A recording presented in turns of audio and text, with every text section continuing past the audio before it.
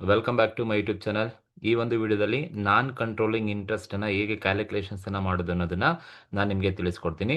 ಇದು ಎರಡನೇ ಕ್ವಶನ್ಸ್ ನಾನು ಮಾಡ್ತಾ ಇರೋದು. ಆಲ್ರೆಡಿ ನಾನು ಮೊದಲನೇ ಕ್ವಶನ್ಸನ್ನು ಅಪ್ಲೋಡ್ ಮಾಡಿದ್ದೀನಿ. ಸೊ ನಾನ್ ಕಂಟ್ರೋಲಿಂಗ್ ಇಂಟ್ರೆಸ್ಟ್ಗೆ ಸಂಬಂಧಪಟ್ಟಂಥ ಎರಡನೇ ಕ್ವಶನ್ಸನ್ನು ಹೇಗೆ ಆನ್ಸರ್ಸನ್ನು ಮಾಡಬೇಕು ಅನ್ನೋದನ್ನು ನಾನು ನಿಮಗೆ ತಿಳಿಸ್ಕೊಡ್ತೀನಿ. ಅದಕ್ಕೂ ಮುಂಚೆ ಯಾರೆಲ್ಲ ನನ್ನ ಒಂದು ಯೂಟ್ಯೂಬ್ ಚಾನಲ್ಗೆ ಇನ್ನೂ ಸಬ್ಸ್ಕ್ರೈಬ್ ಮಾಡ್ಕೊಂಡಿಲ್ಲ, ಸಬ್ಸ್ಕ್ರೈಬ್ ಮಾಡ್ಕೊಳ್ಳಿ ಅಂತ ಕೇಳ್ತಾ ಬನ್ನಿ ಕ್ವಶನ್ಸ್ ಏನಿದೆ ಅಂತ ನೋಡಿದ್ರೆ, ಕ್ಯಾಲ್ಕುಲೇಟ್ ನಾನ್ ಕಂಟ್ರೋಲಿಂಗ್ ಇಂಟ್ರೆಸ್ಟ್. ನೋಡಿ, ಅವರೇ ಹೇಳಿರ್ತಾರೆ ಏನ ನೀವು ಕ್ಯಾಲ್ಕುಲೇಷನ್ಸ್ ಅನ್ನ ಮಾಡಬೇಕು ಅಂದ್ರೆ ನಾನ್ ಕಂಟ್ರೋಲಿಂಗ್ ಇಂಟ್ರೆಸ್ಟ್ ನ ಕ್ಯಾಲ್ಕುಲೇಷನ್ಸ್ ಮಾಡಿ. Under Indian accounting standard 1 or 3 ಪ್ರಕಾರ ಬಿಸ್ನೆಸ್ ಕಾಂಬಿನೇಷನ್ಸ್ ಮೇಲೆ ನಾವು ನಾನ್ ಕಂಟ್ರೋಲಿಂಗ್ ಇಂಟ್ರೆಸ್ಟ್ ನ ಕ್ಯಾಲ್ಕುಲೇಷನ್ಸ್ ಅನ್ನ ಮಾಡ್ತಾ ಇರೋದು. ಫ್ರಮ್ ದಿ ಫಾಲೋಯಿಂಗ್ ಡೀಟೇಲ್ಸ್ ಅವ್ರು ಕೊಟ್ಟಿದ್ದಾರೆ, ಏನೇನು ಡೀಟೇಲ್ಸ್ ಇದೆ ಅಂತ ಹೇಳ್ಬಿಟ್ಟು ಕ್ವಶನ್ಸ್ ಎಲ್ಲ ಅವರೇ ಹೇಳಿದ್ದಾರೆ. ನೋಡಿ, ಕ್ವಶನ್ಸ್ ಅನ್ನ ಕರೆಕ್ಟ್ ಆಗಿ ನೀಟಾಗಿ ನೀವು ಒಂದ್ಸಲಿ ಓದ್ಕೋಬೇಕು, ಅವಾಗ ತಾನೇ ನಿಮ್ಗೆ ಗೊತ್ತಾಗೋದು. ಏನಿದೆಯಪ್ಪ ಅಂತ ಹೇಳಿದ್ರೆ, PQR Limited acquired 2,24,000 shares of rupees 10 each in X Limited on 1/10/2024. ಇಲ್ಲೇನಿದೆ ಅಂದರೆ ನೋಡಿ, PQR ಲಿಮಿಟೆಡ್ ಅಕ್ವೈರ್ ಮಾಡ್ಕೊಂಡಿದೆ ಎಷ್ಟು ಶೇರ್ಸನ್ನು, 2,24,000 ಶೇರ್ಸನ್ನು ಅಕ್ವೈರ್ ಮಾಡ್ಕೊಂಡಿದೆ 10 rupees ಈಚು. ಯಾವ ಕಂಪನಿಲಿ? ಎಕ್ಸ್ ಲಿಮಿಟೆಡಲ್ಲಿ ಅಕ್ವೈರ್ ಮಾಡ್ಕೊಂಡಿದೆ. ಯಾವಾಗ ಅಕ್ವೈರ್ ಮಾಡ್ಕೊಂಡಿದೆ? 1/10/2024 ಅಕ್ವೈರ್ ಮಾಡ್ಕೊಂಡಿದೆ. ನೋಡಿ, PQR ಕಂಪನಿ ಅಕ್ವೈರ್ಡ್ 224. ಯಾವ ಕಂಪನಿ ಶೇರ್ಸನ್ನು ಅಕ್ವೈರ್ ಮಾಡ್ಕೊಳ್ಳುತ್ತೆ ಆ ಒಂದು ಕಂಪನಿಯನ್ನು ಹೋಲ್ಡಿಂಗ್ ಕಂಪನಿ ಅಂತ ಕರಿತೀವಿ. ಯಾವ ಕಂಪನಿಲಿ ಅಕ್ವೈರ್ ಮಾಡ್ಕೊಳ್ಳೋದು? ಎಕ್ಸ್ ಲಿಮಿಟೆಡಲ್ಲಿ ಅಕ್ವೈರ್ ಮಾಡ್ಕೊಳ್ಳೋದು ಆ ಒಂದು ಕಂಪನಿಯನ್ನು ಸಬ್ಸಿಡರಿ ಕಂಪನಿ ಅಂತ ಕರಿತೀವಿ. ಯಾವತ್ತು ಅಕ್ವೈರ್ ಮಾಡ್ಕೊಂಡಿರೋದಪ್ಪ ಅಂದರೆ 1/10/24 ಅಕ್ವೈರ್ ಮಾಡ್ಕೊಂಡಿದೆ. This is acquisition date. This is most important. Acquisition date 1/10/24 ಎಷ್ಟು ಶೇರ್ಸ್ನ ಅಕ್ವೈರ್ ಮಾಡ್ಕೊಂಡಿರೋದಂತೆ? 2,24,000 ಶೇರ್ಸ್ನ ಅವರು ಅಕ್ವೈರ್ ಮಾಡ್ಕೊಂಡಿದ್ದೀವಿ ಅಂತ ಕ್ವಶನ್ಸ್ ಅಲ್ಲಿ ಹೇಳಿರ್ತಕ್ಕಂಥದ್ದು.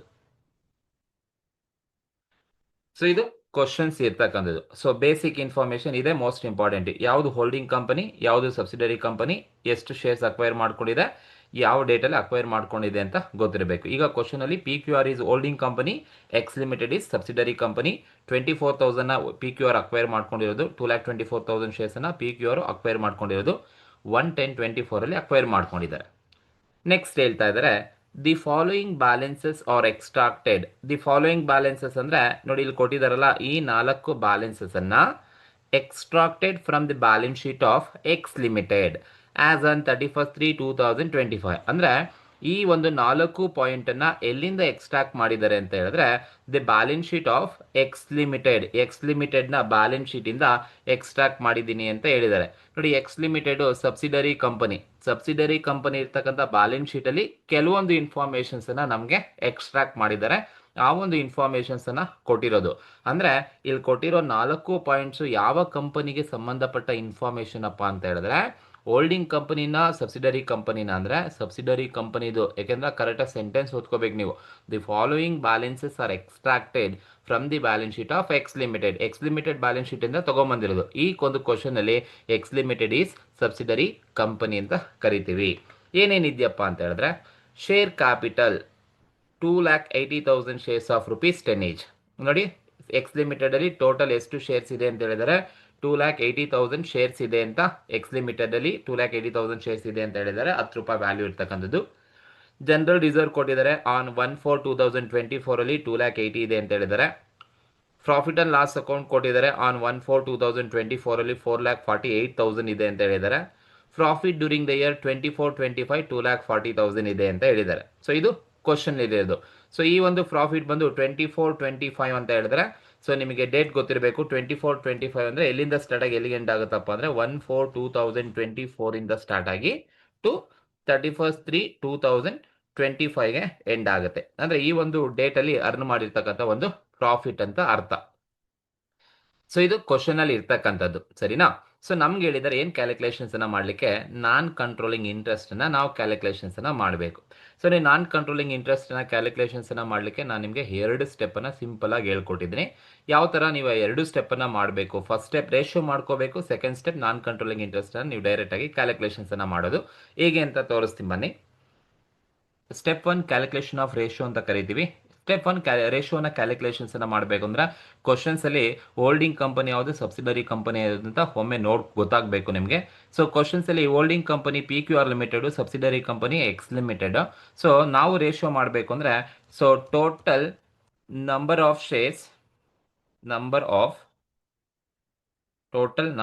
Shares in subsidiary company. ಯಾವುದು subsidiary company? X limited. X limited ಈ subsidiary company. So subsidiary company, so ನೀವು ಅಲ್ಲಿ ಎಕ್ಸ್ ಲಿಮಿಟೆಡ್ ಅಂತಾನೆ ತಗೋಬೇಕು. Total number of shares in subsidiary company. So subsidiary ಕಂಪನಿಲಿ ಎಷ್ಟು ಶೇರ್ಸ್ ಟೋಟಲ್ ಇದೆಯಪ್ಪ ಅಂತ ಹೇಳಿದ್ರೆ ಸೊ ನೋಡಿ ಕಂಪನಿಲಿ ಸೊ ನಿಮಗೆ ಈ ತರ ಬ್ಯಾಲೆನ್ಸಸ್ ಅನ್ನ ಕೊಟ್ಟಿದ್ದಾರೆ ಅಂದ್ರೆ ಇಲ್ಲಿ ಕೊಟ್ಟಿರ್ತಾರೆ ನೋಡಿ. Share capital 2,80,000 shares of ₹10 each. ಈ 2,80,000 ಶೇರ್ಸ್ ಯಾವ ಕಂಪನಿದು ಅಂತ ಹೇಳಿದ್ರೆ ಎಕ್ಸ್ ಲಿಮಿಟೆಡ್. ಇದು ಎಕ್ಸ್ ಲಿಮಿಟೆಡ್ ಇನ್ಫಾರ್ಮೇಶನ್ ಕೊಟ್ಟಿರೋದು. ಹಾಗಾಗಿ ಎಕ್ಸ್ ಲಿಮಿಟೆಡ್ ಈ ಸಬ್ಸಿಡರಿ ಕಂಪನಿ ಆಗಿರೋದ್ರಿಂದ ಸಬ್ಸಿಡರಿ ಕಂಪನಿಲಿ ಎಷ್ಟು ಶೇರ್ಸ್ ಇದೆಯಪ್ಪ ಅಂತ ಹೇಳಿದ್ರೆ 2,80,000 ಶೇರ್ಸ್ ಸಬ್ಸಿಡರಿ ಕಂಪನಿಲಿ ಇದೆ. ಈ 2,80,000 ಶೇರ್ಸ್ ಅಲ್ಲಿ ಹೋಲ್ಡಿಂಗ್ ಕಂಪನಿ ಎಷ್ಟು ಅಕ್ವೈರ್ ಮಾಡ್ಕೊಂಡಿದ್ದಾರೆ ಅಂತ ಕ್ವಶನ್ ಅಲ್ಲೇ ಹೇಳಿರ್ತಾರೆ. ಸೊ ಇಲ್ಲಿ ಹೇಳಿದ್ದಾರೆ ನೋಡಿ, holding companies PQR acquired 2,24,000 shares ಅನ್ನ ಅಕ್ವೈರ್ ಮಾಡ್ಕೊಂಡಿದ್ದಾರೆ ಅಂತ ಹೇಳಿದ್ದಾರೆ. ಸೊ ಹಾಗಾಗಿ ನೆಕ್ಸ್ಟ್ ನೀವು ಟೋಟಲ್ ನಂಬರ್ ಆಫ್ ಶೇರ್ಸ್ ಅನ್ನ ನೀವು ತಗೊಂಡಾದ್ಮೇಲೆ ನೆಕ್ಸ್ಟ್ ನೀವೇನ್ ತಗೋಬೇಕಪ್ಪ ಅಂತ ಹೇಳಿದ್ರೆ number of shares held by holding company. ಈ ಒಂದು ಕ್ವಶನ್ ಅಲ್ಲಿ PQR limited is holding company. This is holding company. So ಎಷ್ಟು ಶೇರ್ಸ್ ಅನ್ನ ಅಕ್ವೈರ್ ಮಾಡ್ಕೊಂಡಿದ್ದಾರೆ? 2,24,000 ಶೇರ್ಸ್ ಅನ್ನ ಅಕ್ವೈರ್ ಮಾಡ್ಕೊಂಡಿದ್ದಾರೆ. ಸೊ ಟೋಟಲ್ ಸಬ್ಸಿಡರಿ ಕಂಪನಿ ಇರೋದು 2,80,000. ಈ 2,80,000 ಶೇರ್ಸ್ ಅಲ್ಲಿ ಹೋಲ್ಡಿಂಗ್ ಕಂಪನಿ ಅಕ್ವೈರ್ ಮಾಡ್ಕೊಂಡಿದೆ ಎಷ್ಟಪ್ಪ ಅಂತ ಹೇಳಿದ್ರೆ 2,24,000 ಶೇರ್ಸ್ ಅನ್ನ ಮಾತ್ರ ಅಕ್ವೈರ್ ಮಾಡ್ಕೊಂಡಿದ್ದಾರೆ. ಇನ್ನ ಬ್ಯಾಲೆನ್ಸ್ ಶೇರ್ಸ್ ಅನ್ನ ಅಕ್ವೈರ್ ಮಾಡ್ಕೊಳ್ಳೋಕ್ಕಾಗಿಲ್ಲ. ಆ ನಂಬರ್ ಆಫ್ ಶೇರ್ಸ್ ಯಾರ ಹತ್ರ ಇರುತ್ತಪ್ಪ ಅಂತ ಹೇಳಿದ್ರೆ that is number of shares held by minority share holders. ಎಷ್ಟು ಶೇರ್ಸ್ ಬರುತ್ತೆ? 56,000 ಶೇರ್ಸ್ ಅವ್ರಿಗೆ ಬರುತ್ತೆ. ಸೊ ಈ ತರನೇ ನೀವು ಮಾಡ್ಕೋಬೇಕು. ಫಸ್ಟ್ ಸಬ್ಸಿಡರಿ ಕಂಪನಿಲಿ ಟೋಟಲ್ ಎಷ್ಟು ಶೇರ್ಸ್ ಇದೆ ನೋಡಿ. ಟೋಟಲ್ ಇರೋದು 2,80,000. ಈ 2,80,000 ಹೋಲ್ಡಿಂಗ್ ಕಂಪನಿ ಅಕ್ವೈರ್ ಮಾಡ್ಕೊಳ್ಳೋದು 2,24,000 ಶೇರ್ಸ್ ಅನ್ನು ಮಾತ್ರ ಅಕ್ವೈರ್ ಮಾಡ್ಕೊಂಡಿದ್ದಾರೆ. ಈಗ 2,80,000 ನಲ್ಲಿ 2,24,000 ಶೇರ್ಸ್ ಅನ್ನು PQR limited holding company acquire ಮಾಡ್ಕೊಂಡ್ರೆ ಇನ್ನ ಬ್ಯಾಲೆನ್ಸ್ ಸಬ್ಸಿಡರಿ ಕಂಪನಿಲಿ ಎಷ್ಟು ಶೇರ್ಸ್ ಇರ್ತಾವಪ್ಪ ಅಂತ ಹೇಳಿದ್ರೆ 56,000 ಶೇರ್ಸ್ ಇರ್ತವೆ. ಆ 56,000 ಶೇರ್ಸ್ ಯಾರಿಗೆ ಸಂಬಂಧಪಟ್ಟಿದ್ದು ಅಂದ್ರೆ minority share holders. For example ನಿಮ್ಮ ಕಂಪನಿ ಎಕ್ಸ್ ಲಿಮಿಟೆಡ್ ಅನ್ಕೊಳ್ಳಿ, ನಿಮ್ದು subsidiary company X limited 2,80,000 shares ಇದೆ. ನಾನು PQR ಕಂಪನಿ ಅನ್ಕೊಳ್ಳಿ, ನಾನು ನಿಮ್ಮ ಕಂಪನಿಲಿ 2,24,000 ಶೇರ್ಸ್ ಅನ್ನ ಅಕ್ವೈರ್ ಮಾಡ್ಕೊಂಡ್ರೆ ಇನ್ನು ಬ್ಯಾಲೆನ್ಸ್ ನಿಮ್ಮ ಹತ್ರ ಉಳ್ಕೊಳ್ತಕ್ಕಂಥದ್ದು 56,000 ಶೇರ್ಸು. ಆ 56,000 ಮೈನಾರಿಟಿ ಶೇರ್ ಹೋಲ್ಡರ್ಸ್ಗೆ ಸಂಬಂಧಪಟ್ಟಿದ್ದು. ಹಾಗಾಗಿ ಅದನ್ನ number of shares held by minority share holders ಅಂತ ಕರಿತೀವಿ. ಈಗ ನೀವು ರೇಷಿಯೋ ಮಾಡಬೇಕು. ಸೊ ರೇಷಿಯೋನ ಕ್ಯಾಲ್ಕುಲೇಷನ್ಸ್ ಅನ್ನ ಮಾಡಬೇಕು. ಈ ರೇಷಿಯೋನ ಕ್ಯಾಲ್ಕುಲೇಷನ್ಸ್ ಅನ್ನ ಮಾಡಬೇಕು ಅಂದ್ರೆ ಹೋಲ್ಡಿಂಗ್ ಕಂಪನಿಲಿ ಎಷ್ಟು ಶೇರ್ಸ್ ಇದೆ ಅಂಡ್ ಮೈನಾರಿಟಿ ಹತ್ರ ಎಷ್ಟು ಶೇರ್ಸ್ ಇದೆ ಇವೆರಡನ್ನೇ ನೀವು ತಗೋಬೇಕು ರೇಷಿಯೋ ಮಾಡಬೇಕು ಅಂದ್ರೆ. ಸೊ ಹಾಗಾಗಿ ಹೋಲ್ಡಿಂಗ್ ಕಂಪನಿ ಇರೋದು 2,24,000 ಶೇರ್ಸ್ ಇಷ್ಟು ಸಬ್ಸಿಡರಿ ಮೈನಾರಿಟಿ ಹತ್ರ ಇರ್ತಕ್ಕಂಥದ್ದು 56,000 ಶೇರ್ಸ್. ಸೊ ಇದನ್ನೇ ನೀವು ರೇಷಿಯೋ ಮಾಡಬೇಕು. ಸೊ 2,24,000 ಇಷ್ಟು 56,000 ನೀವು ಸಿಂಪ್ಲಿಫೈ ಮಾಡಿದ್ರೆ, ಸೊ ಸಿಂಪ್ಲಿಫೈ ಮಾಡ್ತಾ ಹೋದ್ರೆ ನೋಡಿ 0 ಕ್ಯಾನ್ಸಲ್ ಆಗುತ್ತೆ. ಸೊ ನೀವು ಸಿಂಪ್ಲಿಫೈ ಮಾಡ್ಕೊಂಡ್ರೆ ಮತ್ತೆ ನಿಮ್ಗೆ ಎಷ್ಟು ಸಿಗುತ್ತಪ್ಪ ಅಂತ ಹೇಳಿದ್ರೆ 0 ಕ್ಯಾನ್ಸಲ್ ಮಾಡಿದ್ರೆ 224 ಇಷ್ಟು 56 ಬರುತ್ತೆ. ದಟ್ ಈಸ್ 0 ಕ್ಯಾನ್ಸಲ್ ಮಾಡ್ಕೊಳ್ಳಿ. ರೇಷಿಯೋ ಮಾಡೋದು ಗೊತ್ತಿದೆ ಅಂತ ಅನ್ಕೊಳ್ತೀನಿ. ಸೊ 0 ಈ ಕಡೆನೂ 0 ಇದೆ. ಸೊ ಈ 0 ಕ್ಯಾನ್ಸಲ್ ಮಾಡ್ಕೊಂಡ್ರೆ ಸೊ ನಮಗೆ ಉಳಿದಿರ್ತಕ್ಕಂಥದ್ದು 224 ಇಷ್ಟು 56 ಬರುತ್ತೆ. ಸೊ ನೀವೇನ್ ಮಾಡುವುದು 56 1 56 4 ಸಿಂಪ್ಲಿಫೈ ಮಾಡಿದ್ರೆ ನಿಮ್ಗೆ ಈಸಿಯಾಗಿ ಸಿಗುತ್ತೆ. ಇಲ್ಲಾಂದ್ರೆ ನೀವು ಇಷ್ಟು ರೇಷಿಯೋ ಇಷ್ಟು ಮಾಡ್ಕೊಂಡ್ರು ಕೂಡ ಸಾಕು. ಸೊ ನಾನು ಸಿಂಪ್ಲಿಫೈ ಮಾಡ್ತೀನಿ. 56 1 ನೀವು ಇದನ್ನ ಮತ್ತೆ ನೀವು ಸಿಂಪ್ಲಿಫೈ ಮಾಡಿದ್ರೆ 4:1 ನಿಮಗೆ ಸಿಗುತ್ತೆ. ಅಥವಾ ನೀವು 224:56 ತಗೋಬಹುದು. ಅಂದ್ರೆ 56 1 56 4 224 ಸಿಗುತ್ತೆ. ಇಲ್ಲ ನಿಮಗೆ ಮತ್ತೆ ಸಿಂಪ್ಲಿಫೈ ಮಾಡಕ್ ಬರಲ್ಲ ಅಂದ್ರೆ ನೀವು 224:56 ಅನ್ನೇ ನೀವು ರೇಷಿಯೋ ಆಗಿ ತಗೋಬಹುದು. No issues. ಇದು ಫಸ್ಟ್ ಸ್ಟೆಪ್, ರೇಷಿಯೋವನ್ನ ಕ್ಯಾಲ್ಕುಲೇಷನ್ಸ್ ಅನ್ನ ಮಾಡಿರ್ತಕ್ಕಂಥದ್ದು. ಸಿಂಪ್ಲಿಫೈ ಮಾಡಕ್ ಬಂದ್ರೆ ನೀವು ಎಷ್ಟು ಸಾಧ್ಯನೋ ಸಿಂಪ್ಲಿಫೈ ಮಾಡಿ. ಸಿಂಪ್ಲಿಫೈ ಮಾಡಕ್ ಬರಲ್ಲ ಅಂದ್ರೆ ಜಸ್ಟ್ ನೀವು 0 ಕ್ಯಾನ್ಸಲ್ ಮಾಡ್ಕೊಳ್ಳಿ, ಬ್ಯಾಲೆನ್ಸ್ ರೇಷಿಯೋಸ್ ಅನ್ನ ನೀವು ತಗೋಬೇಕಾಗುತ್ತೆ. ಇದು ಫಸ್ಟ್ ಸ್ಟೆಪ್ ಇರ್ತಕ್ಕಂಥದ್ದು. Calculation of ratio: total number of shares in subsidiary company, number of shares held by holding company, and balance shares goes to minority shareholders. Then second step ಏನು calculations ಅನ್ನ ಮಾಡಬೇಕಪ್ಪ ಅಂತ ಹೇಳಿದ್ರೆ ನೋಡಿ, ಎರಡನೇ ಸ್ಟೆಪ್ ನಾನ್ controlling interest ಅನ್ನ ನೀವು ಹೇಗೆ ಅನ್ಸೆಸ್ ಮಾಡಬೇಕು ಅಂತ ಹೇಳಿದ್ರೆ, ಫಸ್ಟ್ ಸ್ಟೆಪ್ ರೇಷಿಯೋ ಮಾಡಿದಾದ್ಮೇಲೆ ಡೈರೆಕ್ಟ್ ನಾನ್ ಕಂಟ್ರೋಲಿಂಗ್ ಇಂಟ್ರೆಸ್ಟ್ ಮಾಡಬಹುದು. ಸೊ ಹೇಗೆ ನೀವು ಆನ್ಸರ್ಸ್ ಅನ್ನ ಮಾಡಬೇಕು ಅಂದ್ರೆ, ಫಸ್ಟ್ ನೀವು ಏನ್ ತಗೋಬೇಕು ಅಂದ್ರೆ face value, that is face value of shares held by minority shareholders. First ನೀವು face value of shares held by minority shareholders ತಗೋಬೇಕು. This is face value of shares held by minority shareholders. ಎಲ್ಲಿ ಇರುತ್ತೆ ಅಂತ ಹೇಳಿದ್ರೆ ನೋಡಿ, this is shares held by minority shareholders. ಇಲ್ಲಿ ನೋಡಿ, shares held by minority shareholders ಎಲ್ಲಿದೆ ಅಂತ ಹೇಳಿದ್ರೆ, ಸೊ ಇಲ್ಲಿ ಸ್ಟೆಪ್ 1 ಅಲ್ಲಿ ನಿಮಗೆ ಸಿಗುತ್ತೆ shares held by minority share holders. ಎಷ್ಟು ಮೈನಾರಿಟಿ ಶೇರ್ ಹೋಲ್ಡರ್ ಶೇರ್ಸ್ ಇರೋದು? 56,000 ಶೇರ್ಸ್ ಇದೆ. ಸೊ ಬ್ರಾಕೆಟ್ ಅಲ್ಲಿ ತೋರಿಸಿ, shares held by minority share holders 56 into face value. Face value ಇದೆಲ್ಲಿರುತ್ತಪ್ಪ ಅಂತ ಹೇಳಿದ್ರೆ ಕ್ವಶನ್ ಅಲ್ಲಿ ಕೊಟ್ಟಿರ್ತಾರೆ ನೋಡಿ. ನನಗೆ ಇಲ್ಲಿ ಕ್ವಶನ್ ಇದೆ ನೋಡಿ, share capital of 2,80,000 of rupees 10 each. This is face value ಅಂತ ಕರಿತೀವಿ. ಕ್ವಶನ್ ಅಲ್ಲಿ ಶೇರ್ ಕ್ಯಾಪಿಟಲ್ ಹತ್ರ 10 ರುಪೀಸೋ 5 ರುಪೀಸೋ 15 100 ಕೊಟ್ಟಿರ್ತಾರೆ, ಅದು ಫೇಸ್ ವ್ಯಾಲ್ಯೂ ಅಂತ ಕರಿತೀವಿ. ಸೊ ನಾವು ತಗೋಬೇಕಾದ್ರೆ face value of shares held by minority share holders. Question ಅಲ್ಲೇ ಫೇಸ್ ವ್ಯಾಲ್ಯೂ ಅಮೌಂಟ್ ಅನ್ನ ಕ್ವಶನ್ ಅಲ್ಲೇ ಕೊಟ್ಟಿರ್ತಾರೆ ಶೇರ್ ಕ್ಯಾಪಿಟಲ್ ಹತ್ರ. ನೀವೀಗ ಆನ್ಸರ್ ಮಾಡಬೇಕು ಅಂದ್ರೆ face value of shares held by minority share holders ಅಂದ್ರೆ shares held by minority share holders 56 into face value ಎಷ್ಟಿದೆ? 10 ರುಪೀಸ್ ಇದೆ. ಸೊ ಇವಾಗ ಎರಡನ್ನ ನೀವು ಮಲ್ಟಿಪ್ಲೈ ಮಾಡಿ 56,000 ಇಂಟು ನೀವು 10 ರುಪೀಸ್ ಮಾಡಿದ್ರೆ ನಿಮಗೆ 5,60,000 ಬರುತ್ತೆ. This is face value of share held by minority share holders. ಇದನ್ನ ನೀವು ಫಸ್ಟ್ ತಗೋಬೇಕಾಗತ್ತೆ. ಸೊ ಹೀಗೆ ಮಾಡ್ಕೋಬೇಕು. ಶೇರ್ ಹೋಲ್ಡರ್ಸ್ ಹತ್ರ ಎಷ್ಟು, ಮೈನಾರಿಟಿ ಹತ್ರ ಎಷ್ಟು ಶೇರ್ಸ್ ಇದೆ ಇಂಟು ಫೇಸ್ ವ್ಯಾಲ್ಯೂ ಎಷ್ಟು ಕೊಟ್ಟಿದ್ದಾರೆ, ಮಲ್ಟಿಪ್ಲೈ ಮಾಡಿದ್ರೆ ನಿಮಗೆ face value of shares held by minority share holders ಸಿಗುತ್ತೆ. ಈ face value of shares held by minority share ಹೋಲ್ಡರ್ಸ್ಗೆ ನೀವು ಏನ್ ಆಡ್ ಮಾಡ್ಬೇಕಪ್ಪ ಅಂದ್ರೆ add pre acquisition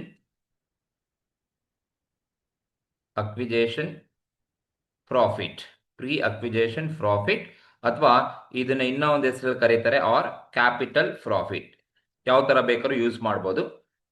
pre acquisition profit ಅಥವಾ ಕ್ಯಾಪಿಟಲ್ ಪ್ರಾಫಿಟ್ ನ ನೀವು ಆಡ್ ಮಾಡಬೇಕು. ನೋಡಿ, ಪ್ರೀ ಅಕ್ವಿಜೇಷನ್ ಪ್ರಾಫಿಟ್ ಅಥವಾ ಕ್ಯಾಪಿಟಲ್ ಪ್ರಾಫಿಟ್ ನ ಹೇಗೆ ಆಡ್ ಮಾಡೋದು, ಎಲ್ಲಿ ಇರುತ್ತಪ್ಪ ಅಂತ ಹೇಳಿದ್ರ ನೋಡಿ, ಈ ಒಂದು ಪ್ರೀ ಅಕ್ವಿಜೇಷನ್ ಪ್ರಾಫಿಟ್ ನ ಆಡ್ ಮಾಡ್ಬೇಕಾದ್ರೆ ಒಂದು ಸಲ ಕ್ವಶನ್ ಅಲ್ಲಿ ಅಕ್ವಿಜೇಷನ್ ಡೇಟ್ ಅನ್ನ ಒಮ್ಮೆ ನೋಡಿ.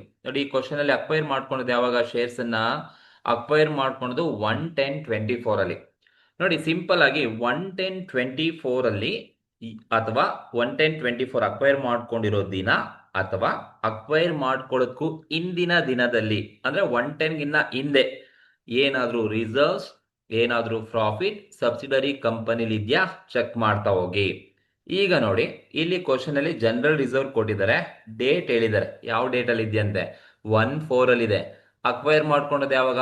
1/10 ಅಕ್ವೈರ್ ಮಾಡ್ಕೊಳ್ಳೋದಕ್ಕೂ ಮುಂಚೆನೆ 1/4 ಅಲ್ಲಿ ರಿಸರ್ವ್ಸ್ ಇದೆ. ಅಕ್ವೈರ್ ಮಾಡ್ಕೊಳ್ಳೋದಕ್ಕೂ ಮುಂಚೆನೆ ರಿಸರ್ವ್ಸ್ ಇದೆ ಅಂತ ಹೇಳಿದ್ರೆ ಅದನ್ನ ಡೈರೆಕ್ಟ್ ಆಗಿ ನೀವು ಕ್ಯಾಪಿಟಲ್ ಪ್ರಾಫಿಟ್ಗೆ ತಗೊಂಡ್ಬರ್ಬೇಕಾಗತ್ತೆ. ಅಕ್ವೈರ್ ಮಾಡ್ಕೊಳ್ಳೋದಕ್ಕೂ ಮುಂಚೆನೆ ಇದೆ ಅಂತ ಹೇಳಿದ್ರೆ ಸೊ ಅದನ್ನ ಡೈರೆಕ್ಟ್ ಆಗಿ ನೀವು ಕ್ಯಾಪಿಟಲ್ ಪ್ರಾಫಿಟ್ ತಗೊಂಬನ್ನಿ. ಯಾಕಂದ್ರೆ ಅಕ್ವೈರ್ ಮಾಡ್ಕೊಂಡು 1/10 ಡೇಟ್ ಅಲ್ಲಿ ಅಕ್ವೈರ್ ಮಾಡ್ಕೊಂಡು 1/10, ಸೊ ರಿಸರ್ವ್ಸ್ 1/4 ಅಲ್ಲಿ ಇದೆ.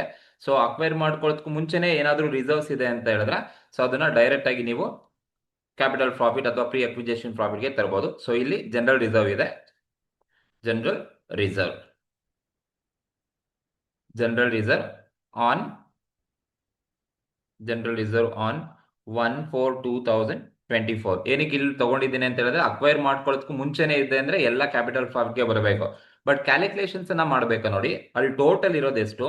2,80,000 ಟೋಟಲ್ ಇದೆ. ನಾನು ಟೋಟಲ್ ಅಮೌಂಟ್ನ ತಗೋಬಾರ್ದು. ಈ 2,80,000 ಅಲ್ಲಿ ನಾನು ಮೈನಾರಿಟಿ ಪೋರ್ಷನ್ ಅಷ್ಟೇ ತಗೋಬೇಕು. ಮೈನಾರಿಟಿ ಪೋರ್ಷನ್ ಎಷ್ಟಿದೆಯಪ್ಪ ಅಂದ್ರೆ 1 ಪೋರ್ಷನ್ ಅಷ್ಟೇ ಇರೋದು. ಯಾಕಂದ್ರೆ ನಾವು ರೇಷಿಯೋ ಸಿಂಪ್ಲಿಫೈ ಮಾಡಿದೀವಿ, 4:1 ಇರೋದು. 4 ಬಂದು ಹೋಲ್ಡಿಂಗ್ ಕಂಪನಿಗೆ ಹೋಗುತ್ತೆ 4 ಪೋರ್ಷನ್, ಇನ್ನು 1 ಪೋರ್ಷನ್ ಬಂದು ಮೈನಾರಿಟಿಗೆ ಹೋಗ್ಬೇಕು. ಆ ಮೈನಾರಿಟಿ ಪೋರ್ಷನ್ ಅಷ್ಟೇನೆ ನಾವು ತಗೋಬೇಕು, ಯಾಕಂದ್ರೆ ನಾನ್ ಕಂಟ್ರೋಲಿಂಗ್ ಇಂಟ್ರೆಸ್ಟ್ ಬರೋದು ಮೈನಾರಿಟಿಗೆ ಮಾತ್ರನೇ. ಸೊ ಹಾಗಾಗಿ ಈ 2,80,000 ಅಲ್ಲಿ 1/5 ಮಾಡ್ಕೋಬೇಕು. ಈ 5 ಹೇಗ್ ಬಂತು ಅಂತ ಗೊತ್ತಾಯ್ತಲ್ವಾ? 5 ಹೇಗ್ ಬಂತು ಅಂದ್ರೆ 4+1 ಎರಡು ಆಡ್ ಮಾಡ್ಕೋಬೇಕು. 4+1 ಡಿನಾಮಿನೇಟರ್ 5 ಬರುತ್ತೆ. ನೀವು ರೇಷಿಯೋ ಹಂಚ್ಬೇಕಾದ್ರೆ 4:1 ಅಂದ್ರೆ 1/5 ಮಾಡ್ಕೋಬೇಕು. ಆ ಡಿನಾಮಿನೇಟರ್ 5 ಅಲ್ಲಿ 4+1 ಎರಡು ಇರುತ್ತೆ. ಈಗ ನಾನು ಈ 2,80,000 ಇಂಟು 1/5 ಮಾಡಿದ್ರೆ ನನಗೆ ಎಷ್ಟು ಬರುತ್ತಪ್ಪ ಅಂತ ಹೇಳಿದ್ರೆ 56,000 ರುಪೀಸ್ ಬರುತ್ತೆ. 56,000 ನನಗೆ ಸಿಗುತ್ತೆ. ಇದು ಜನರಲ್ ರಿಸರ್ವ್ ನ ಮೈನಾರಿಟಿ ಪೋರ್ಷನ್ ಕೊಡೋದು. ಅಕ್ವೈರ್ ಮಾಡ್ಕೊಳ್ಳೋದು 110 ಗಿನ ಹಿಂದೆ 1/4 ಅಲ್ಲೇ ರಿಸರ್ವ್ಸ್ ಇದೆ. ಟೋಟಲ್ 2,80,000 ಇದೆ. ಆ 2,80,000 ನಲ್ಲಿ ಮೈನಾರಿಟಿ ಪೋರ್ಷನ್ ಮಾತ್ರನೇ ನಾವಿಲ್ಲಿ ತಗೋಬೇಕು ಅಷ್ಟೇ. ಅದೇ ತರ ನೋಡಿ, ಪ್ರಾಫಿಟ್ ಅಂಡ್ ಲಾಸ್ ಅಕೌಂಟ್ ಇದೆ. ಯಾವಾಗ 1/4 ಅಲ್ಲಿ ಪ್ರಾಫಿಟ್ ಅಂಡ್ ಲಾಸ್ ಅಕೌಂಟ್ 1/4 ಅಲ್ಲಿ ಕೊಟ್ಟಿದ್ದಾರೆ. ಸೊ 1/4 ಅಲ್ಲಿ ಇದೆ. ಅಕ್ವೈರ್ ಮಾಡ್ಕೊಂಡ ಡೇಟು 110 ಅಂದ್ರೆ 110 ಗಿನ ಮುಂಚೆನೆ ಪ್ರಾಫಿಟ್ ಅಂಡ್ ಲಾಸ್ ಅಕೌಂಟ್ ಇದೆ 4,48,000. ಅಕ್ವೈರ್ ಮಾಡ್ಕೊಳ್ಳೋದಕ್ಕೂ ಮುಂಚೆನೆ ಪ್ರಾಫಿಟ್ ಇದೆ ಸಬ್ಸಿಡರಿ ಕಂಪನಿಲಿ ಅಂತ ಹೇಳಿದ್ರೆ ಅದನ್ನ ಡೈರೆಕ್ಟ್ ನೀವು ಕ್ಯಾಪಿಟಲ್ ಪ್ರಾಫಿಟ್ ತಗೊಂಬನ್ನಿ. So profit and loss account, profit and loss account, profit and loss account on 1/4/2024 ಅಲ್ಲಿ ಇರೋದು. ಅಕ್ವೈರ್ ಮಾಡ್ಕೊಂಡು 110 ಗಿನ ಹಿಂದೆನೆ ಪ್ರಾಫಿಟ್ ಇದೆ, ಕ್ಯಾಪಿಟಲ್ ಪ್ರಾಫಿಟ್ ತಗೊಂಬಂದಿದ್ದೀನಿ. ಎಷ್ಟಿದೆಯಪ್ಪ ಅಂದ್ರೆ 4,48,000 ಟೋಟಲ್ ಇರೋದು. ಬಟ್ ನಾನು ತಗೋಬೇಕಾದ್ರೆ ಎಷ್ಟು ತಗೋಬೇಕು? ಓನ್ಲಿ ಮೈನಾರಿಟಿ ಪೋರ್ಷನ್ ತಗೋಬೇಕು. ಮೈನಾರಿಟಿ ಪೋರ್ಷನ್ ಎಷ್ಟಿದೆಯಪ್ಪ ಅಂದ್ರೆ 1 ಪೋರ್ಷನ್ ಮಾತ್ರ ಇದೆ. ಸೊ ಹಾಗಾಗಿ 1 ಪೋರ್ಷನ್ 1 ಮಾತ್ರನೇ ಕೊಡಬೇಕು. ಸೊ 1/5 ಹೇಗೆ ಬಂತು ಅಂತ ಗೊತ್ತಾಯ್ತಲ್ಲ? 4+1 ಎರಡು ಆಡ್ ಮಾಡ್ಕೊಳ್ಳಿ. ದಟ್ ಈಸ್ 4:1 ಏನಿದೆ 4+1 5 ಡಿನಾಮಿನೇಟರ್ ಹಾಕೋಬೇಕು. ಈಗ ನೀವು 4,48,000 ಇಂಟು 1/5 ಮಾಡಿದ್ರೆ ನಮಗೆ 89,600 ಸಿಗುತ್ತೆ. ದಿಸ್ ಇಸ್ 89,600 ನಮಗೆ ಪ್ರಾಫಿಟ್ ಆರ್ ಲಾಸ್ ಅಕೌಂಟ್ 1/4 ಅಲ್ಲಿರೋ ಸಿಗುತ್ತೆ. ಇದು ಪ್ರೀ ಅಕ್ವಿಜೇಷನ್ ಪ್ರಾಫಿಟ್. ನೆಕ್ಸ್ಟ್ ಇನ್ನೇನಾದ್ರು ಇದೆಯಾ ಅಂದ್ರೆ ಇಲ್ಲಿದೆ 4 ನೋಡಿ. ನೆಕ್ಸ್ಟ್ ಏನಿದೆ ಅಂದ್ರೆ ಪ್ರಾಫಿಟ್ ಡ್ಯೂರಿಂಗ್ ದಿ ಇಯರ್ 2024-25 ಅಲ್ಲಿ 2,40,000 ಇದೆ. ನೋಡಿ, ಈ ಎಂಟೈರ್ ಅಮೌಂಟ್ ಪ್ರೀ ಅಕ್ವಿಜೇಷನ್ ಹೋಗ್ಬೇಕಾ, ಈ ಎಂಟೈರ್ ಅಮೌಂಟ್ ಪೋಸ್ಟ್ ಅಕ್ವಿಜೇಷನ್ ಹೋಗ್ಬೇಕಾ ಅಂತ ಹೇಳಿದ್ರೆ ಅಕ್ವಿಜೇಷನ್ ಡೇಟ್ ಮೇಲೆ ಡಿಪೆಂಡ್ ಆಗಿರುತ್ತೆ. ಅದು ಫುಲ್ ಕ್ಯಾಪಿಟಲ್ ಪ್ರಾಫಿಟ್ ಕೊಡಬೇಕಾ, ಫುಲ್ ರೆವಿನ್ಯೂ ಪ್ರಾಫಿಟ್ ಕೊಡಬೇಕಾ, ಅಥವಾ ಡಿವೈಡ್ ಮಾಡ್ಬೇಕಂದ್ರೆ ಅಕ್ವಿಜೇಷನ್ ಡೇಟ್ ಮೇಲೆನೆ ಮಾಡೋದು. ಈಗ ನೋಡಿ, ಈ ಒಂದು ಪ್ರಾಫಿಟ್ 24-25 ಅಂದ್ರೆ ನಾನಿಲ್ಲಿ ಡೇಟ್ ಬರ್ದಿದ್ದೀನಿ, ಯಾವ ಡೇಟ್ ಇಂದ ಯಾವ ಡೇಟ್ ಅಲ್ಲಿ ಅರ್ನ್ ಮಾಡೋದು ಅಂತ. ಅಂದ್ರೆ 24-25 ಅಂತ ಹೇಳಿದ್ರೆ 1/4/2024 ಇಂದ ಸ್ಟಾರ್ಟ್ ಆಗಿ 31/3/2025 ಅಲ್ಲಿ ಎಂಡ್ ಆಗುತ್ತೆ. ಆ ಒಂದು ವರ್ಷದಲ್ಲಿ ಅರ್ನ್ ಮಾಡಿರೋ ಪ್ರಾಫಿಟ್ 2,40,000 ಕೊಟ್ಟಿರೋದು. ಬಟ್ ಶೇರ್ಸ್ ಅನ್ನ ಅಕ್ವೈರ್ ಮಾಡ್ಕೊಂಡೋದು ಯಾವಾಗ? 1/10/24 ಅಲ್ಲಿ ಶೇರ್ಸ್ ಅನ್ನ ಅಕ್ವೈರ್ ಮಾಡ್ಕೊಂಡಿರೋದು. ಸೊ ಈ ಒಂದು ವರ್ಷದಲ್ಲಿ ಏನ್ ಇನ್ಫಾರ್ಮೇಶನ್ಸ್ ಅನ್ನ ಕೊಟ್ಟಿದ್ದಾರೆ, ಸೊ ಆ ಒಂದು 24-25 ಅಲ್ಲಿ ಪ್ರಾಫಿಟ್ ಅನ್ನ ಅರ್ನ್ ಮಾಡಿದ್ದಾರೆ, ಅದನ್ನ ನಾವು ಫುಲ್ ರೆವಿನ್ಯೂ ಪ್ರಾಫಿಟ್ ಕೊಡೋಂಗಿಲ್ಲ, ಫುಲ್ ನಾವು ಕ್ಯಾಪಿಟಲ್ ಪ್ರಾಫಿಟ್ ಕೊಡೋದಿಲ್ಲ. ಏನಕ್ಕೆ ಅಂದ್ರೆ ಅಕ್ವೈರ್ ಮಾಡ್ಕೊಂಡು 1/10/2024 ಮಿಡ್ ಆಫ್ ದಿ ಇಯರ್ ಅಲ್ಲಿ ನಾನು ಅಕ್ವೈರ್ ಮಾಡ್ಕೊಂಡಿದ್ದೀನಿ. ಸೊ ಯಾವಾಗ acquisition date mid of the year ಅಲ್ಲಿ ಕೊಟ್ಟಿರ್ತಾನೆ, ಆವಾಗ ಆ ಒಂದು ವರ್ಷ ಕರೆಂಟ್ ಇಯರ್ ಪ್ರಾಫಿಟ್ ಅನ್ನ ನೀವು ಕ್ಯಾಪಿಟಲ್ ಪ್ರಾಫಿಟ್ಗೂ ಕೊಡಬೇಕು ಅಂಡ್ ರೆವಿನ್ಯೂ ಪ್ರಾಫಿಟ್ಗೂ ಕೊಡಬೇಕು. ದಟ್ ಮೀನ್ಸ್ ಪ್ರೀ ಅಕ್ವಿಜೇಷನ್ಗೂ ಕೊಡಬೇಕು, ಪೋಸ್ಟ್ ಅಕ್ವಿಜೇಷನ್ಗೂ ಕೊಡಬೇಕು. ಯಾವ ತರ ನೀವು ಕೊಡಬೇಕಪ್ಪ ಅಂದ್ರೆ ಈ ಒಂದು ಪ್ರಾಫಿಟ್ ಡ್ಯೂರಿಂಗ್ ದಿ ಇಯರ್ನ ಅಂತ ಹೇಳಿದ್ರೆ ನೋಡಿ, ಪ್ರಾಫಿಟ್ ಫ್ರಮ್ ಈ ಪ್ರಾಫಿಟ್ ಡ್ಯೂರಿಂಗ್ ದಿ ಇಯರ್ ಏನಿದೆ 1/4 ಇಂದ 31/3 ಇರೋದು. ಬಟ್ ನಾನು ಅಕ್ವೈರ್ ಮಾಡ್ಕೊಂಡು 1/10 ಅಲ್ಲಿ ಅಕ್ವೈರ್ ಮಾಡ್ಕೊಂಡಿದ್ದೀನಿ. ಹಾಗಾಗಿ 1/4/2024 ಇಂದ ಹಿಡಿದು 1/4/2024 ಇಂದ ಹಿಡಿದು 1/10/2024 ಅಕ್ವೈರ್ ಮಾಡ್ಕೊಳ್ಳೋದಕ್ಕಿಂತ ಹಿಂದೆ ಇರೋದು. ನೋಡಿ, 1/10 ಅಲ್ಲಿ ಅಕ್ವೈರ್ ಮಾಡ್ಕೊಂಡು ಇಲ್ಲಿಂದ ಹಿಂದೆಗಡೆ 6 ಮಂತ್ ಬರುತ್ತೆ. 1/4, 1/5, 1/6, 1/7, 1/8, 1/9 ಮಾತ್ರ ತಗೋಬೇಕು. 1/10 ತಗೋಬಾರ್ದು. 1/9 ತಗೊಂಡ್ರೆ ಸೊ 31/9ಗೆ ಕ್ಲೋಸ್ ಆಗ್ಬಿಡುತ್ತೆ. ಅಂದ್ರೆ 6 ಮಂತ್ ಬರುತ್ತೆ. 6 ಮಂತ್ ಅಕ್ವೈರ್ ಮಾಡ್ಕೊಳ್ಳೋದಕ್ಕೆ ಹಿಂದೆನೆ 6 ತಿಂಗಳಿದೆ, ಅಕ್ವೈರ್ ಮಾಡ್ಕೊಂಡಿದ್ದಾದ್ಮೇಲೆ 6 ತಿಂಗಳಿದೆ. ಸೊ ಹಾಗಾಗಿ ಅಕ್ವಿಜೇಷನ್ ಡೇಟ್ ನಿಮಗೆ ಮಿಡ್ ಆಫ್ ದಿ ಇಯರ್ ಕೊಟ್ಟಿದ್ದಾರೆ ಅಂದ್ರೆ ಅದು ಎಷ್ಟು ಮಂತ್ ಬೇಕಾದ್ರೂ ಬರಲಿ. ಸೊ ನೀವು ಆ ಒಂದು ವರ್ಷದ ಫುಲ್ ಡೇಟ್ ಅನ್ನ ಹಾಕೊಳ್ಳಿ, 1/4 ಇಂದ ಹಿಡಿದು 31/3. ಅಕ್ವೈರ್ ಮಾಡ್ಕೊಳ್ಳೋ ಡೇಟನ್ನ ಮಧ್ಯಕ್ಕೆ ಹಾಕೊಳ್ಳಿ. ಸೊ ಅಕ್ವೈರ್ ಮಾಡ್ಕೊಳ್ಳೋ ಡೇಟ್ಗಿನ್ನ ಹಿಂದೆ ಎಷ್ಟು ಮಂತ್ ಬರುತ್ತೆ ಅದೆಲ್ಲ ಪ್ರೀ ಅಕ್ವಿಜೇಷನ್. ಅಕ್ವೈರ್ ಮಾಡ್ಕೊಂಡಿದ್ದಾದ್ಮೇಲೆ ಬರೋ ಡೇಟ್ ಎಲ್ಲ ಪೋಸ್ಟ್ ಅಕ್ವಿಜೇಷನ್ ಅಂತ ಕರಿತೀವಿ. ಸೊ ಹಾಗಾಗಿ ನಾನು ಪ್ರಾಫಿಟ್ ಫ್ರಮ್ 1/4/2024 ಇಂದ ಹಿಡಿದು 1/10/2024 ವರೆಗೂ ಮಾತ್ರನೇ ಇಲ್ಲಿ ತಗೋಬೇಕು. ಈಗ ನಾವು ಕ್ಯಾಲ್ಕುಲೇಷನ್ಸ್ ಅನ್ನ ಮಾಡಿದ್ರೆ ನೋಡಿ ಯಾವ ತರ ನೀವು ಕ್ಯಾಲ್ಕುಲೇಷನ್ಸ್ ಅನ್ನ ಮಾಡ್ಕೋಬೇಕು ಅಂದ್ರೆ, ಟೋಟಲ್ ನನಗೆ ಪ್ರಾಫಿಟ್ ಇರೋದೆಷ್ಟು 2,40,000 ನನಗೆ ಟೋಟಲ್ ಪ್ರಾಫಿಟ್ ಇದೆ. ಇದನ್ನ ನಾನು 1/4 ಇಂದ ಹಿಡಿದು 1/10 ವರೆಗೂ ತಗೊಳ್ತೀನಿ ಅಂದ್ರೆ 6 ಮಂತ್ ಬರುತ್ತೆ. 6/12 ಮಾಡ್ಕೊಳ್ತೀರಾ. ಈಗ ನೀವು ಕ್ಯಾಲ್ಕುಲೇಷನ್ ಮಾಡಿದ್ರೆ 2,40,000 ಇಂಟು 6/12 ಮಾಡಿದ್ರೆ ನಿಮ್ಗೆ 1,20,000 ಬರುತ್ತೆ. ಸರಿನಾ? ಬರುತ್ತೆ. ಈ 1,20,000 ಅಲ್ಲಿ ನಾವು ಎಷ್ಟು ತಗೋಬೇಕಪ್ಪ ಅಂತ ಹೇಳಿದ್ರೆ, ಇಂಟು ಮೈನಾರಿಟಿ ಪೋರ್ಷನ್ ಮಾತ್ರ ತಗೋಬೇಕು 1/5 ಇಂಟು 1/5 ಮಾಡಿದ್ರೆ ನಮ್ಗೆ ಎಷ್ಟು ಬರುತ್ತಪ್ಪ ಅಂತ ಹೇಳಿದ್ರೆ 24,000 ಮಾತ್ರನೇ ಬರುತ್ತೆ. ಇದು ಮೈನಾರಿಟಿ ಪೋರ್ಷನ್ ಮಾತ್ರನೇ ಕೊಡಬೇಕು. ಈಗ 1/4/2024 ಟು 1/10/24 ಅಂದ್ರೆ 6 ಮಂತ್ ಬರುತ್ತೆ. ಟೋಟಲ್ ಪ್ರಾಫಿಟ್ ಇರೋದು 2,40,000. ಈ 2,40,000 6 ಮಂತ್ ಮಾತ್ರ ತಗೋಬೇಕು. 6/12 ಮಾಡ್ಕೊಂಡ್ರೆ ನನಗೆ 1,20,000 ಬರುತ್ತೆ. ಆ 1,20,000 ಫುಲ್ ತಗೋಬೇಕಾ? ಇಲ್ಲ, ನಾವು ಮೈನಾರಿಟಿ ಪೋರ್ಷನ್ ಮಾತ್ರ ತಗೋಬೇಕು. 1 ಪೋರ್ಷನ್ ಮಾತ್ರ ತಗೋಬೇಕು. 1/5 ಮಾಡಿದ್ರೆ 24,000 ನಮಗೆ ಸಿಗತ್ತೆ. ಇದು ಪ್ರೀ ಅಕ್ವಿಜೇಷನ್ ಪ್ರಾಫಿಟ್ ಇರ್ತಕ್ಕಂಥದ್ದು. ಇನ್ನೇನಾದ್ರೂ ಇದೆಯಾ ರಿಸರ್ವ್ಸ್ ಅಥವಾ ಪ್ರಾಫಿಟ್ ಅಂತ ಹೇಳಿದ್ರೆ ನೋಡಿ, 3 ಪ್ರಾಫಿಟ್ ರಿಸರ್ವ್ಸ್ ಮತ್ತೆ P&L 3 ಕೂಡ ತಗೊಂಡಿದ್ವಿ, ಇನ್ಯಾವುದೂ ಇಲ್ಲ. ಸೊ ಪ್ರೀ ಅಕ್ವಿಜೇಷನ್ ಪ್ರಾಫಿಟ್ ಇನ್ಯಾವುದು ಕೂಡ ಬರೋದಿಲ್ಲ. ನೆಕ್ಸ್ಟ್ ನೀವೇನ್ ಮಾಡ್ಬೇಕು ಅಂದ್ರೆ ಆಡ್, ಇನ್ನೇನ್ ಆಡ್ ಮಾಡ್ಬೇಕಪ್ಪ ಅಂದ್ರೆ post acquisition profit. Post acquisition profit ಅಥವಾ ಇದನ್ನ ಏನಂತ ಕರಿತೀವಿ ಅಂದ್ರೆ ರೆವಿನ್ಯೂ ಪ್ರಾಫಿಟ್ ಅಂತ ಬೇಕಾದ್ರೂ ಕರಿತೀವಿ. ರೆವಿನ್ಯೂ ಪ್ರಾಫಿಟ್ ಅಂತ ಕರಿತೀವಿ. ಸೊ ಒಂದು ನೀವು ಪ್ರೀ ಅಕ್ವಿಜೇಷನ್ ಪ್ರಾಫಿಟ್ ಆಡ್ ಮಾಡಬೇಕು, ಇನ್ನೊಂದು ಪೋಸ್ಟ್ ಅಕ್ವಿಜೇಷನ್ ಪ್ರಾಫಿಟ್ ಆಡ್ ಮಾಡಬೇಕು. ನೋಡಿ, ಪೋಸ್ಟ್ ಅಕ್ವಿಜೇಷನ್ ಅಂದ್ರೆ ಈಗ ಶೇರ್ಸ್ ಅನ್ನ ಅಕ್ವೈರ್ ಮಾಡ್ಕೊಂಡಿದೆ ಯಾವಾಗ 110 ಅಲ್ಲಿ ಅಕ್ವೈರ್ ಮಾಡ್ಕೊಂಡಿದ್ದಾರೆ. ಕ್ವಶನ್ ಅಲ್ಲಿ 110 ಅಲ್ಲಿ ಅಕ್ವೈರ್ ಮಾಡ್ಕೊಂಡಿದ್ದಾರೆ. 110 ಆದ್ಮೇಲೆ ಸಬ್ಸಿಡರಿ ಕಂಪನಿಲಿ ಏನಾದ್ರೂ ರಿಸರ್ವ್ಸ್ ಇದ್ರೆ, ಏನಾದ್ರೂ ಪ್ರಾಫಿಟ್ ಇದೆ, ಅದನ್ನ ನೀವು ಇಲ್ಲಿ ತಗೊಂಡು ಆ ಮೈನಾರಿಟಿ ಪೋರ್ಷನ್ ಮಾತ್ರ ಕೊಡಬೇಕು. ಈಗ ನೋಡಿ 110 ಆದ್ಮೇಲೆ ಯಾವ್ದನ್ನ ರಿಸರ್ವ್ಸ್ ಪ್ರಾಫಿಟ್ ಇದೆಯಾ ಅಂತ ಒಂದ್ಸಲಿ ಚೆಕ್ ಮಾಡೋಣ. ಈಗ ನೋಡಿ ಜನರಲ್ ರಿಸರ್ವ್ 1/4 ಅಲ್ಲಿ ಇದೆ, ತಗೊಂಡಿದೀವಿ ಆಲ್ರೆಡಿ. ಕ್ಯಾಪಿಟಲ್ ಪ್ರಾಫಿಟ್ ಅಲ್ಲಿ ತಗೊಂಡಿದೀವಿ, ಮತ್ತೆ ತಗೊಳ್ಳೋ ಅವಶ್ಯಕತೆ ಇಲ್ಲ. ಪ್ರಾಫಿಟ್ ಅಂಡ್ ಲಾಸ್ ಅಕೌಂಟ್ 1/4 ಅಲ್ಲಿ 4,48,000 ಫುಲ್ ತಗೊಂಡಿದ್ವಿ. ಕ್ಯಾಪಿಟಲ್ ಪ್ರಾಫಿಟ್ ಅಲ್ಲಿ ಇಲ್ಲಿ ತಗೊಳ್ಳೋದಿಲ್ಲ. ಪ್ರಾಫಿಟ್ ಡ್ಯೂರಿಂಗ್ ದಿ ಇಯರ್ 24-25 ಅಲ್ಲಿ ಏನಿದೆ ನೋಡಿ, ಇದು 6 ಮಂತ್ ಮಾತ್ರ ತಗೊಂಡಿದೀವಿ. ಎಲ್ಲಿಂದ 1/4 ಇಂದ 1/10 ಮಾತ್ರ ತಗೊಂಡಿದ್ದೀನಿ. ಇನ್ನು 1/10 ಇಂದ 31/3/25 ಅಲ್ಲಿ after the date of acquisition ಇರೋದು, ಅದನ್ನ ನಾನು ಇಲ್ಲಿ ತಗೊಂಡಿಲ್ಲ. ಸೊ ಹಾಗಾಗಿ ನಾವು ಅದನ್ನೇನ್ ಮಾಡ್ಬೇಕು ಅಂದ್ರೆ ನಾವು ಇಲ್ಲಿ ಆಡ್ ಮಾಡಬೇಕು. ಆಡ್ ಪ್ರಾಫಿಟ್ ಫ್ರಮ್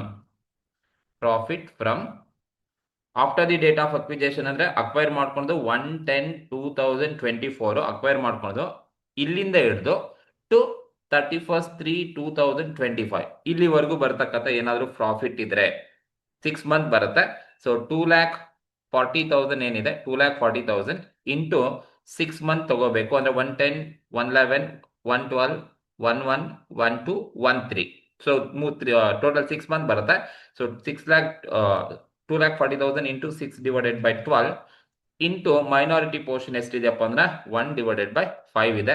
ಸೊ ಇದನ್ನ ನೀವು ಕರೆಕ್ಟ್ ಆಗಿ ಕ್ಯಾಲ್ಕುಲೇಷನ್ಸ್ ಅನ್ನ ಮಾಡ್ಕೋಬೇಕು. ಇದು ಈ ವರ್ಷದ ಪ್ರಾಫಿಟ್ ಏನಿದೆ, ಈ ಪ್ರಾಫಿಟ್ ಅನ್ನ ನಾವು 6 ಮಂತ್ ಪ್ರೀ ಅಕ್ವಿಜೇಷನ್ ಮಾಡೋದು ಕೊಟ್ಟಿದ್ದೀವಿ, 6 ಮಂತ್ ಪೋಸ್ಟ್ ಅಕ್ವಿಜೇಷನ್ ಮಾಡೋದಕ್ಕೆ ಕೊಟ್ಟಿರ್ತಕ್ಕಂಥದ್ದು.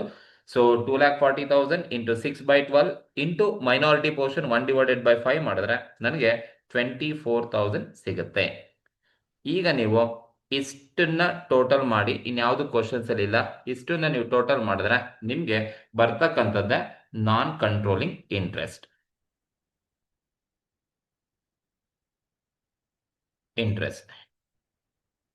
ನಾನ್ ಕಂಟ್ರೋಲಿಂಗ್ ಇಂಟ್ರೆಸ್ಟ್ ಅಂತ ಕರಿತೀವಿ. ಎಷ್ಟು ಬರುತ್ತಪ್ಪ ಅಂತ ಹೇಳಿದ್ರೆ ಟೋಟಲ್ ಮಾಡಿದ್ರೆ ಕಂಟ್ರೋಲಿಂಗ್ ಇಂಟ್ರೆಸ್ಟ್ ಅಷ್ಟು ಟೋಟಲ್ ಮಾಡ್ಕೊಳ್ಳಿ. ಸೊ 7,53,600 ನಿಮ್ಗೆ ಬರುತ್ತೆ. ಇದು ನಾನ್ ಕಂಟ್ರೋಲಿಂಗ್ ಇಂಟ್ರೆಸ್ಟ್ ಅಂತ ಕರಿತೀವಿ. ಸೊ ಈ ತರ ನೀವು ನಾನ್ ಕಂಟ್ರೋಲಿಂಗ್ ಇಂಟ್ರೆಸ್ಟ್ ಅನ್ನ ಕ್ಯಾಲ್ಕುಲೇಷನ್ಸ್ ಅನ್ನ ಮಾಡಬೇಕು. ಸೊ ಇದು ಸೆಕ್ಷನ್ ಬಿ ಗೆ ಅಥವಾ ಸೆಕ್ಷನ್ ಸಿ ನಲ್ಲಿ ಎ ಬಿ ಅಂತ ಒಂದು ಕ್ವಶನ್ಸ್ ಅಲ್ಲಿ ನಿಮ್ಗೆ ಕೇಳ್ತಕ್ಕಂಥದ್ದು. ಸಿಂಪಲ್ ಆಗಿ ಇರ್ತಕ್ಕಂಥದ್ದು. So first phase value of shares ಅನ್ನ ತಗೊಳ್ಳಿ, ಮೈನಾರಿಟಿ ಹತ್ರ ಎಷ್ಟು ಶೇರ್ಸ್ ಇದೆ, ಎಷ್ಟು ಫೇಸ್ ವ್ಯಾಲ್ಯೂ ಇದೆ, ಅಂಡ್ ಪ್ರೀ ಅಕ್ವಿಜೇಷನ್ ಪ್ರಾಫಿಟ್ ಅಥವಾ ಪೋಸ್ಟ್ ಅಕ್ವಿಜೇಷನ್ ಆಡ್ ಮಾಡಬೇಕು. ಅಕ್ವೈರ್ ಮಾಡ್ಕೊಳ್ಳೋ ದಿನದ ಇಂದಿನ ದಿನದಲ್ಲಿ ಏನಾದರೂ ರಿಸರ್ವ್ಸ್ ಏನಾದರೂ ಪ್ರಾಫಿಟ್ ಇದ್ರೆ ಡೈರೆಕ್ಟ್ ಆ ಕ್ಯಾಪಿಟಲ್ ಪ್ರಾಫಿಟ್ ತಗೊಳ್ಳಿ, ಅದರಲ್ಲಿ ಮೈನಾರಿಟಿ ಪೋರ್ಷನ್ ಮಾತ್ರನೇ ಶೇರ್ ಮಾಡಿ. ಬಟ್ ಇದು ಮಾತ್ರ ಕರೆಕ್ಟಾಗಿ ಗೊತ್ತಿರಬೇಕು. ಪ್ರಾಫಿಟ್ ಡ್ಯೂರಿಂಗ್ ದಿ ಇಯರ್ ಅಂತ ಕೊಟ್ಟಿರ್ತಾರಲ್ವಾ, ಆ ವರ್ಷ ಕರೆಕ್ಟಾಗಿ ಬರ್ಕೊಳ್ಳಿ. 1/4 ಇಂದ ಹಿಡಿದು 31st 3 ನಲ್ಲಿ ಬರುತ್ತೆ ನೋಡಿ. ಸಪೋಸ್ ಅಕ್ವಿಜೇಷನ್ ಡೇಟ್ 1/4 ಅಲ್ಲಿ ಕೊಟ್ಬಿಟ್ಟಿದ್ರೆ ನಾನು ಈ ಅಮೌಂಟ್ ಫುಲ್ನ ಪೋಸ್ಟ್ ಅಕ್ವಿಜೇಷನ್ ತಗೊಂಡ್ಬಿಟ್ಟಿದೆ. ಎಕ್ಸೆಪ್ಟ್ ಅಕ್ವಿಜೇಷನ್ ಡೇಟ್ 1/4 ಅಲ್ಲಿ ಕೊಟ್ಟಿಲ್ಲ ಅಂದ್ರೆ ಇನ್ ಯಾವುದೇ ಡೇಟ್ ಕೊಟ್ಟರು ನೀವು ಅಕ್ವಿಜೇಷನ್ 1/4 ಅಲ್ಲಿ ಅಕ್ವಿಜೇಷನ್ ಡೇಟ್ ಕೊಟ್ಟಿಲ್ಲ ಅಂದ್ರೆ ನೀವು ಪ್ರೀ ಅಕ್ವಿಜೇಷನ್ಗೂ ಮಂತ್ಸಲ್ಲಿ ಕೆಲವೊಂದು ಮಂತ್ಸಲ್ಲ ಕೊಡಬೇಕು, ಪೋಸ್ಟ್ ಅಕ್ವಿಜೇಷನ್ಗೂ ಕೆಲವೊಂದು ಮಂತ್ಸನ್ನ ಕೊಡಬೇಕಾಗುತ್ತೆ based on the acquisition date ಪ್ರಕಾರ. ಸೊ ಇದು ಒಂದು ಇಂಪಾರ್ಟೆಂಟ್ ಕ್ವಶನ್ ಇರ್ತಕ್ಕಂಥದ್ದು. ಸೊ ಈ ಒಂದು ಕ್ವಶನ್ಸ್ ಅಲ್ಲಿ ನಿಮ್ಗೆ ಏನಾದರೂ ಡೌಟ್ಸ್ ಏನಾದರೂ ಇದ್ರೆ ಕಮೆಂಟ್ ಮೂಲಕ ತಿಳಿಸಿ, ನಾನು ನಿಮ್ಗೆ ಅದಕ್ಕೆ ಉತ್ತರವನ್ನು ಕೊಡ್ತೇನೆ. ಹಾಗೆ ಈ ಒಂದು ವಿಡಿಯೋ ನಿಮ್ಗೆ ಇಷ್ಟ ಆಗಿದ್ರೆ ದಯವಿಟ್ಟು ಸಬ್ಸ್ಕ್ರೈಬ್ ಮಾಡಿ, ಶೇರ್ ಮಾಡಿ, ಲೈಕ್ ಮಾಡಿ, ಕಮೆಂಟ್ ಮಾಡಿ. Thank you.